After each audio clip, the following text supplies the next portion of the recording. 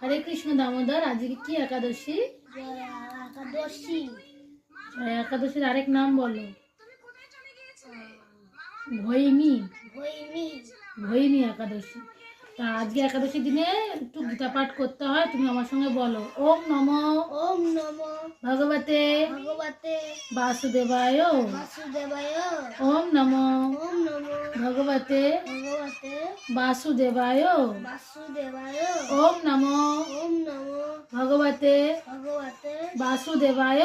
বাসুদেবায়। বলো যৎ করোষি যৎ করোষি যৎ স্নাসি যৎ নাসি যজ্জুহোষি যজ্জুহোষি দদাসি যৎ দদাসি যৎ যত্ত যৎ পশ্যসি পশ্যসি কৌন্তেয় কৌন্তেয় তৎ তৎ পুরুষ পুরুষ মদর্পণম মদর্পণম মদর্পণম অনন মদর্পণম পৌনন যৎ করোষি যৎ করোষি যৎ স্নাসি যৎ নাসি যজ্জুহসি যজ্জুহোষি দদাসি দদাসি যৎ যৎ যত্য যতীয় পশ্যসি পশ্যজি সি সি কৌন্তেয় কৌন্তেয় তৎ তৎ পুরুষ পুরুষ মদর্পণম। মদর্পণম। তাহলে এবার অনুবাদটা শোনো। হে কৌন্তেয়, তুমি যা অনুষ্ঠান করো, যা আহার করো, যা হোম করো, যা দান করো এবং যে তপস্যা করো, সে সমস্তই আমাকে সমর্পণ করো। এই শ্লোকটা নবম অধ্যায় গীতাতে 27 নম্বর শ্লোক।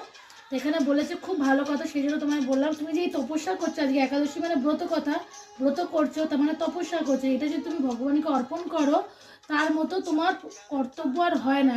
তুমি যাই করো, অনুষ্ঠান করো, যাই তুমি খাও, যাই সব ভগবানকে নিবেদন করো, তুমি সেটা নাও। তো ভগবান সব তোমার, আমিও তোমার।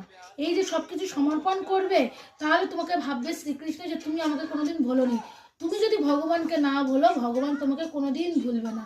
এটাই হচ্ছে তোমার প্রধান কর্তব্য মনুষ্য জীবনে। তুমি তো মানুষের জন্মেছো, তোমার প্রধান কর্তব্য হচ্ছে যাই করো না কেন, তুমি একটা ড্রেসও যদি কিনে পরো, সেই ড্রেসটা ভগবান তুমি নাও।